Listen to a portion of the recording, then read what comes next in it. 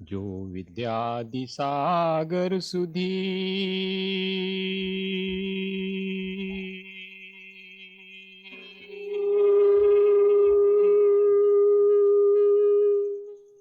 जो विद्यादि सागर सुधी गुरु हैं हितैषी शुद्धात्म में निरत नित्य हितोपदेशी वे पाप ग्रीष्म ऋतु में जल हैं सयाने पूजूं सतत केवल ज्ञान पाने पूजूं सतत केवल ज्ञान पाने। बोले भगवान महावीर स्वामी की, आचार्य कुंद कुंद स्वामी की, आचार्य गुरु विद्यासागर मुनि महाराज की।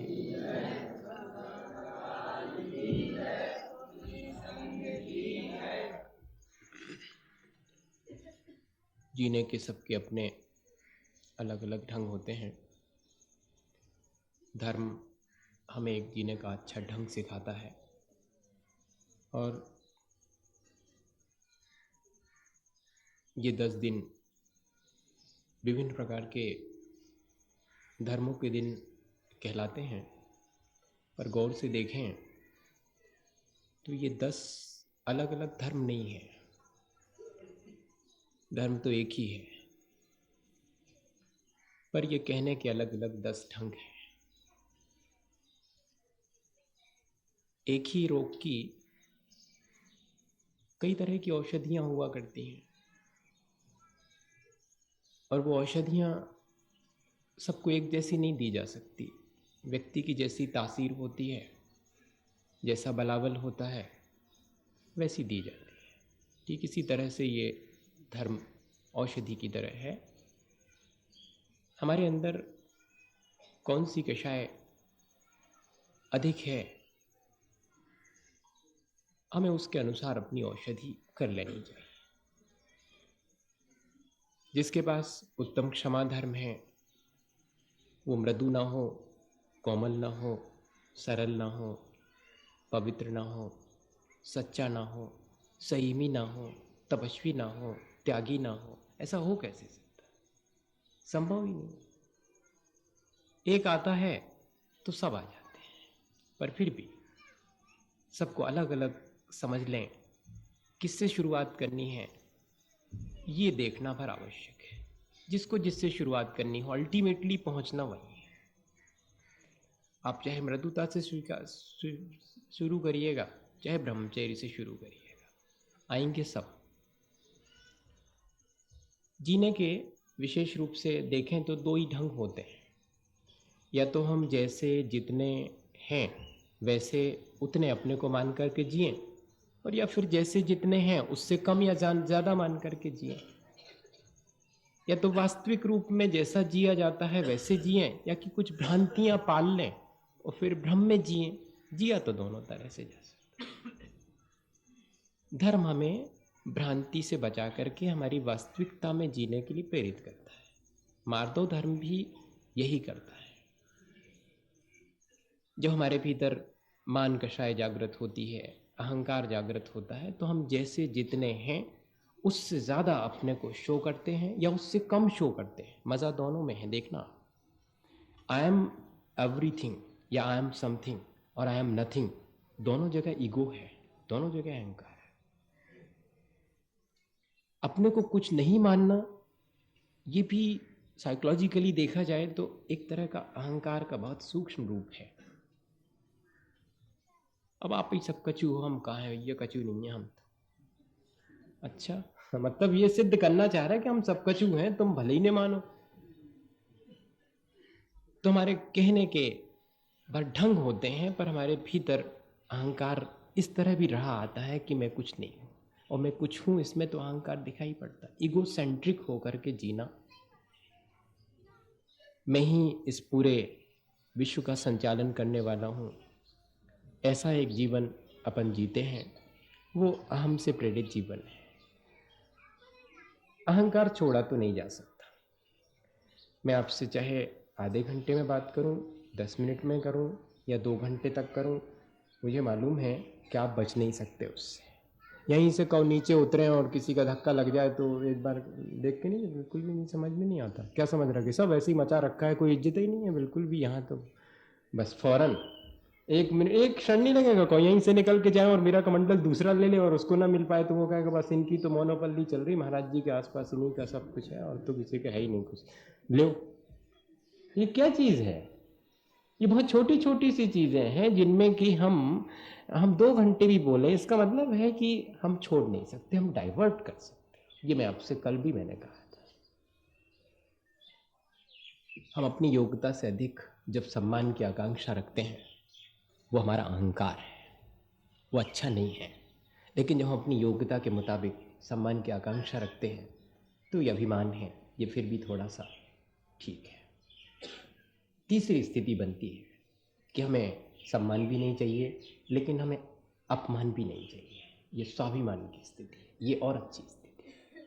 लेकिन निरभिमान होना ये सबके बूते की बात नहीं है। कोशिश तो निरभिमान होने की होनी चाहिए, पर अगर आप स्वाभिमानी भी हो जाते हैं तब भी ठीक है।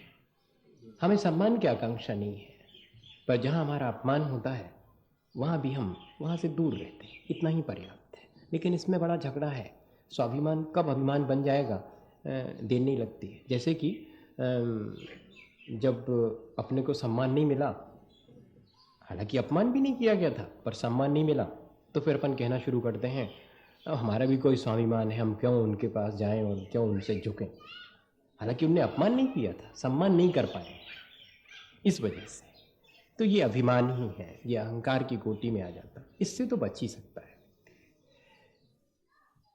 अहंकार 2 चीजें हमारी हमसे छीन लेता है, ये भी हमें जानना चाहिए। एक चीज तो हमारी छीन लेता है अहंकार, श्रेष्ठता छीन लेता है, श्रेष्ठ होने का भ्रम खड़ा कर देता है, लेकिन श्रेष्ठ होने नहीं देता।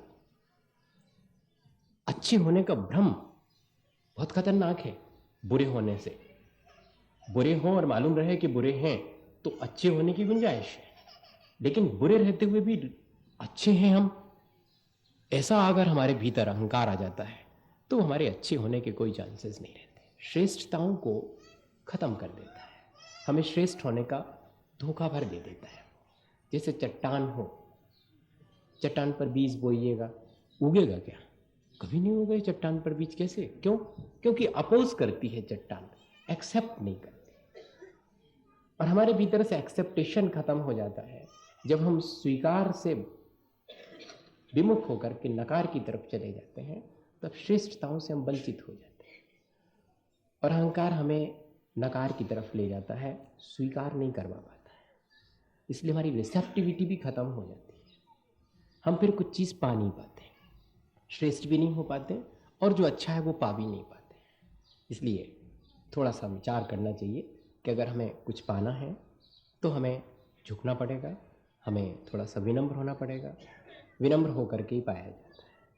जमीन लचीली होती है, विनम्र होती है, बीज को स्वीकार करती है, पौधा उगता है, जमीन हरी भरी हो जाती, नहीं तो बंजर पड़ी रहती है। चट्टान जितना नकारती है बीज को, बीज तो पड़ा रह जाता, उस पर चट्टान हरी भरी कभी नहीं हो पाती। इसी तरह हमारे जीवन में अगर हरा भरापन हम चाहते हैं, जीवन में हर्ष चाहते हैं, शांति चाहते हैं, तो आवश्यक है कि हम थोड़ा सा रिसेप्टिव हों और अहम से विमुख हों। अहम शून्य तो बहुत कठिन है क्षण, लेकिन अहम का भी हम उपयोग, मैं इस बात का अहंकार भी कर सकता हूँ, मैं इस बात का अभिमान भी कर सकता हूँ कि मैं तीर्थंकर की परंपरा का, मैं इस बात का भी अहंकार कर सकता हूँ कि मेरे सच्चे देव गुरु शास्त्र जिनके चरणों की शरण मुझे मिली है वो सबसे अच्छे हैं, वो सबसे बड़े हैं। ये भी तो अहंकार हो सकता है, अपने अहंकार को डाइवर्ट कर सकते हैं। मैं अपने उस आत्म रूप पर भी अहंकार कर सकता हूँ जो कि मेरा शाश्वत है, ये वाला तो किसी भी क्षण टूट सकता है, डाइवर्ट कर सकते हैं। मैं अपनी आत्मशक्ति पर अहंकार कर सकता हूँ कि मैं आत्मा में बहुत बलवान हूँ, मैं अपने कर्मों को जीत सकता हूँ। तो इस शरीर के बल की अपेक्षा अपने आत्म बल का अभिमान हो सकता है, शरीर के रूप की अपेक्षा अपने आत्म रूप का, आत्म स्वरूप का अभिमान कर सकते हैं, हम डाइवर्ट कर सकते हैं अपने उस मान को। इस तरह अगर आप मान को जीते तो मेरा ऐसा सोचना है कि बहुत आसान है और बहुत आसानी से ये चीज़ अपने को प्राप्त हो सकती है। छोटी छोटी सी कुछ घटनाएं हिडक जी ने तो आपको सुनाई, लेकिन विनम्रता की भी कुछ घटनाएं हैं जो कि जीवन को झंझोर के रख देती हैं कि क्या ऐसा भी संभव है, कोई व्यक्ति इस तरह से भी झुक सकता है, इस तरह से भी विनम्र हो सकता है। ईश्वरचंद विद्यासागर के बारे में, कलकत्ते के अंदर एक व्यक्ति उदास बैठा हुआ था पेड़ के नीचे, तो ईश्वरचंद विद्यासागर वहां से निकले। उन्होंने कहा कि आप उदास क्यों? किसी को उदास देख करके उसकी उदासी का कारण पूछना, और वो भी जिसको हमने कभी अपना नहीं माना, जिससे कोई परिचय नहीं है, तो ये छोटी बात नहीं है, बड़ी बात है। हम तो जो अपने हैं उनके सुख दुख का थोड़ा बहुत हिसाब ले लेते हैं, बाकी जिनको हम पराया समझते हैं उनके सुख दुख से हमें कोई मतलब ही नहीं होता। पर ये कैसा आदमी है जो रास्ते चलते किसी उदास व्यक्ति को देख के कहता है कि भैया उदास क्यों है? वो व्यक्ति उस नहीं जानता कि ये कौन है, ईश्वरचंद विद्यासागर है, कौन है। वो कहता है आप जाइए अपना काम करिएगा, मेरी अपनी पीड़ा मेरे ऊपर छोड़ दीजिएगा। तो वो जाके निकट बैठ जाते हैं कि ऐसी भी क्या बात है, मुझे इतना पराया क्यों मानते हैं आपकी, मुझे अपनी बात भी नहीं बता सकते। बोले नहीं, पराया नहीं मानता हूँ, पर जिसको अपना माना है ना, उससे जितना परायापन मिला है, इसलिए अब इच्छा नहीं होती कि किसी से कुछ कहा जाए, मेरी पीड़ा मुझे भोगने दीजिए। बहुत आत्मीयता प्रकट करने के बाद उस व्यक्ति ने अपनी बात कही दी कि पिता के ज़माने का मकान था, रहते थे, गृहस्थी बसाई थी, घाटा इतना लगा कि मकान गिरवी रख दिया, कल उसकी नीलामी है, और अगर 2300 रुपये नहीं भर पाए तो हाथ से चला जाएगा और गृहस्थी चौराहे पे आके खड़ी हो जाएगी। मैं अपना दायित्व पूरा नहीं कर सका जीवन का, एक परिवार बसा लेना लेकिन उसे ठीक से मैनेज नहीं करना, ये कर्तव्य से विमुक्ता ही है, इसलिए उदास हूँ, किसको क्या जवाब दूँगा। तो ईश्वरचंद बोले कि भाई अपना पता तो मुझे दे सकते हो, शायद मैं कोई मदद करूँ। तो उस व्यक्ति ने कहा ठीक है, पता लेना हो तो ले लीजिएगा, बाकी ऐसे मेरे पता कई लोग दे गए हैं पर आज तक किसी ने कोई रिटर्न नहीं किया है। और दूसरे दिन जब नीलामी के लिए कोई आए ही नहीं,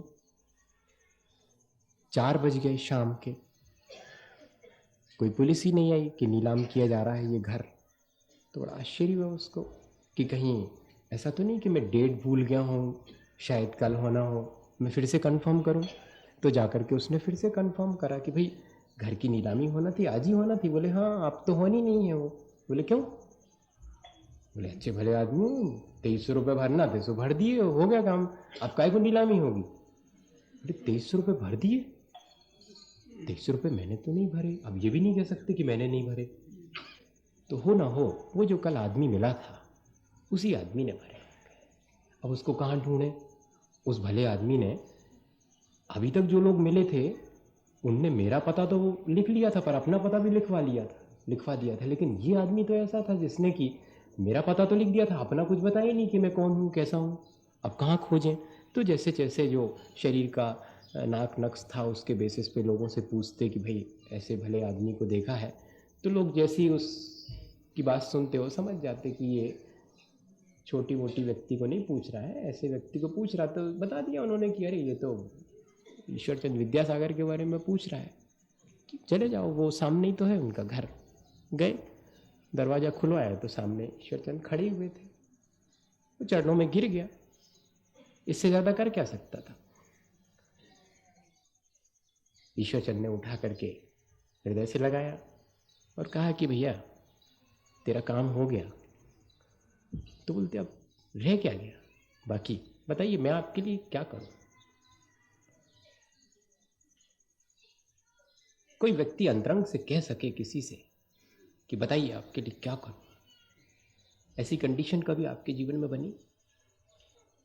मेरे ख्याल से तो बहुत कठिन है इस तरह का अवसर प्राप्त कर लेना।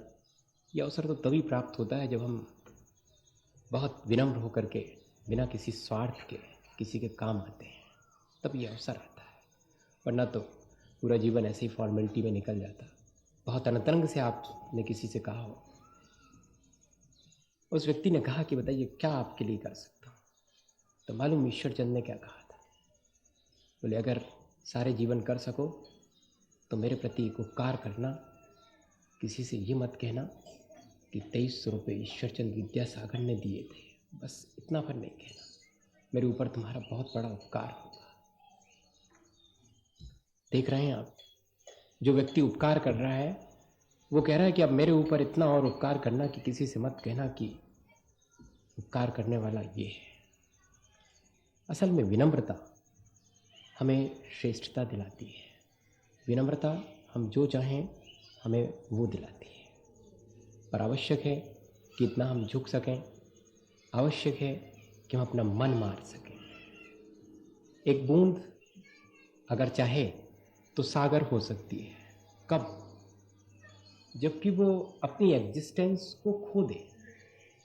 वो ये चाहे कि मैं बूंद रही आऊं और सागर हो जाऊं, तो दो चीज़ें एक साथ संभव नहीं है। बूंद को खोना पड़ेगा, अपना अस्तित्व सागर में जाकर के, तो फिर तो वो सागर हो ही जाएगी। नदी को अपना अस्तित्व खो देना पड़ता है सागर में जाकर के, फिर वो नदी नहीं रह जाती छोटी सी, वो खुद सागर हो जाती है। जहाँ हम अपने अहम को मिटा देते हैं, हम नहीं मिटते। हमें ऐसा लगता है कि अगर हम झुक जाएंगे तो हम ही मिट जाएंगे, लोग हम पे हावी हो जाएंगे। नहीं, हमारी एग्जिस्टेंस तो हमारी खुद की है, उसे कोई मिटा थोड़ी सकता है। हाँ, ये जो एग्जिस्टेंस का अहंकार है, जो अस्तित्व का अहंकार है, वो ज़रूर मिट जाता है। कोशिश करिए, कहीं एक जगह लिखा है जैसे ये बगीचे लगे हुए हैं, इनमें फूल आएंगे, खुशबू भी फूल में होगी, और आपको ऐसे फूल दिए जाए जिनमें खुशबू ना हो, तो आप क्या कहेंगे? फेंक देंगे। किसी ने लिखा है कि तरतीबन चमन में रंग बू दोनों हो। तरतीबन को कहेंगे वेरी सिमेट्रिकली, तरतीबन चमन में रंग बू दोनों हो। अरे हम ही हम हो तो हम क्या, तुम ही तुम हो तो तुम क्या? हम और तुम दोनों रहेंगे, वरना हम ही हम हो तो हम क्या, और तुम ही तुम हो तो तुम क्या? दूसरे की एग्जिस्टेंस को जब हम नहीं नकारते हैं तो हमारी एग्जिस्टेंस भी कोई दूसरा नहीं निकालता है और हम रहे आते हैं। हम समझें, हम अपने अहंकार को अगर बढ़ाएं भी तो ऐसा ना बढ़ाएं जो कि दूसरे के एग्जिस्टेंस को ख़त्म कर दे, या कि हमें अपनी एग्जिस्टेंस को शो करना पड़े। स्वरूप नखा के बारे में है ना, क्या किया था लक्ष्मण ने? नाक काटी थी और कान काटे थे, काटे वाटे कुछ नहीं थे, अपने यहाँ नहीं आता कि ऐसा करेंगे, इतना काय को गड़बड़ में करेंगे। लेकिन नाक कान कटने का मतलब क्या है? सवाल सबका ये इसी का तो रहता है, यही कट जाए। और सवाल इसका रहता है कि अपनी प्रशंसा सुनने के लिए कान आतुर रहते हैं और नाक ऊंची होने के लिए तैयार रहती, तो दोनों ही काट दिए थे, नाक भी काट दी थी, कान भी काट दी। वो एक प्रतीकात्मक है कि अहंकार को छिन्न भिन्न कर दिया था, क्योंकि दोनों चीज़ों को हम अपनी प्रशंसा भी सुनना चाहते हैं और हम अपना लोगों के बीच अपने को बहुत ऊंचा मानना चाहते हैं।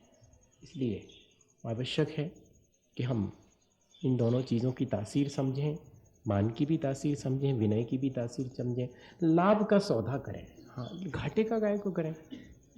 इसमें लाभ ज़्यादा दिख रहा है कि जितना हम अहंकार कम करेंगे उतने ज़्यादा प्रॉफिट में रहेंगे, और जितना ज़्यादा अहंकार करेंगे अपने हाथ से अपने को लॉस में ले जा रहे हैं। अगर एक वैसे क्षत्रियों का धर्म है, पर अगर तराजू वालों के हाथ में आया है तो उनको भी मेरे ख्याल से थोड़ा सा तो इतना तो बुद्धिमानी होना चाहिए कि तराजू लाभ हानि का ही हिसाब है तो कम से कम लाभ हानि के हिसाब में लाभ वाले धंधे को करो ना। जब व्यापार में आप लाभ करते हैं, पक्के व्यापारी हैं, तो फिर इसमें तो घाटे ही घाटा दिखाई पड़ रहा है। लेकिन अपने स्वार्थ बस जहाँ हमें लाभ दिखाई पड़ता वहाँ हम झुक जाते हैं।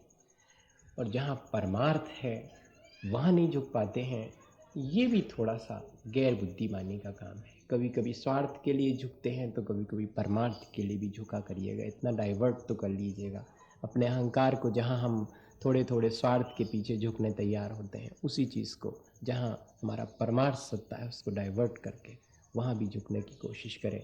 एक और छोटी सी घटना, बस बात पूरी कर दूँगा। काफ़ी चीज़ें आपके हाथ में आ चुकी हैं 50-51 दिन में, और भी अभी बाकी है। मिले आप जितना पाने की कोशिश करेंगे उतने आप पाते जाएंगे। और एक और छोटी सी कहानी आपके हाथ में दे देता हूँ, कभी उपयोग करिएगा। एक राजा के यहाँ चोरी हुई, 3 लोग पकड़े गए, बराबर तीनों का हाथ उस चोरी में था। तीनों को दंड दिया गया। पहले वाले को दंड क्या दिया गया, सिर्फ राजा ने बुला करके उससे कहा कि मुझे तुमसे ऐसी आशा नहीं थी, सिर्फ इतना कहा जाओ। दूसरे वाले को कहा कि 1 साल इसको जेल में बंद कर दिया जाए, सिर्फ 1 साल के लिए। तीसरे वाले को कहा गया 20 साल की सज़ा, और चौराहे पे ले जाके गधे पे बिठा करके और कोड़े मारे जाएं। अरे भाई, दुनिया में न्याय होता है, लेकिन ये तो किसी के समझ में नहीं आया, मंत्री तक के समझ में नहीं आया। ये राजा का न्याय समझ में नहीं है। ये तो अन्याय मालूम पड़ता है कि तीनों का बराबर बराबर हाथ है, फिर भी तीनों को अलग अलग पनिशमेंट दिया गया। राजा से पूछ ही लिया मंत्री ने कि ऐसी क्या बात है, तो उन्होंने कहा कि सुनो, तुम खुद पता करके आओ, पहले वाले ने क्या करा, दूसरा वाला क्या कहता है, और तीसरा वाला क्या कहता है। तो शाम तक मालूम पड़ा कि पहले वाला तो देश छोड़ के ही चला गया, जिससे राजा ने ये कहा था कि मुझे तुमसे ऐसी आशा नहीं थी। तो मंत्री से राजा ने कहा कि देखा, वो आपकी शर्म वाला था, उसके लिए इतना ही पनिशमेंट, इतना ही कहना पर्याप्त था, आपकी शर्म उसको है। दूसरे वाले के अंदर थोड़ा सा अहंकार है, वो पाप को मानता तो है कि गलती की है, पर थोड़ा अहंकार है, इसलिए उसको 1 साल की सज़ा, उसका अहंकार टूट जाए। तो तीसरे वाले से मिल के आओ, वो क्या कहता है। तीसरे वाले से मिले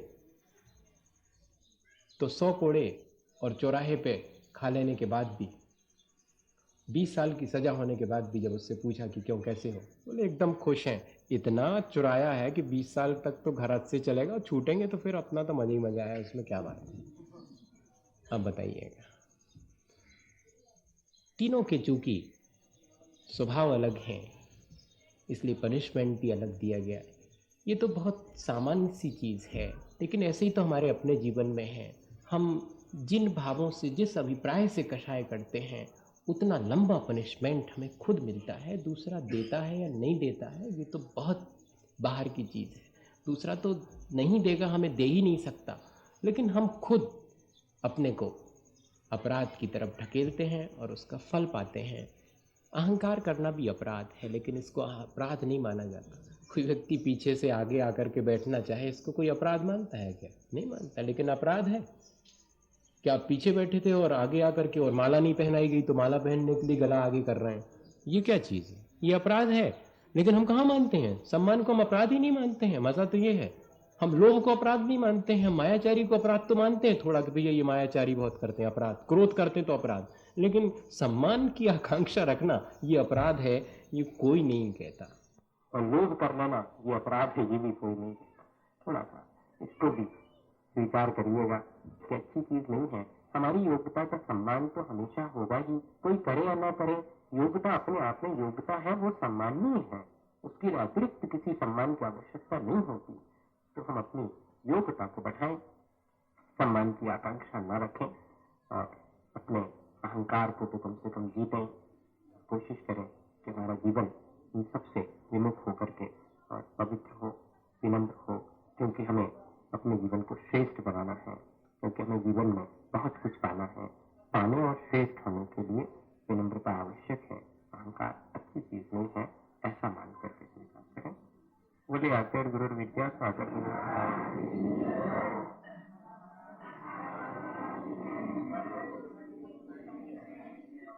मिथ्या तुम नाश देखो, ज्ञान के प्रकाश देखो, अपर भाष देखो, भानु की बखानी है। सौंदर्य ज्ञान देखो, गंध वेद भान देखो, कपर पिछान देखो, परम समानी है।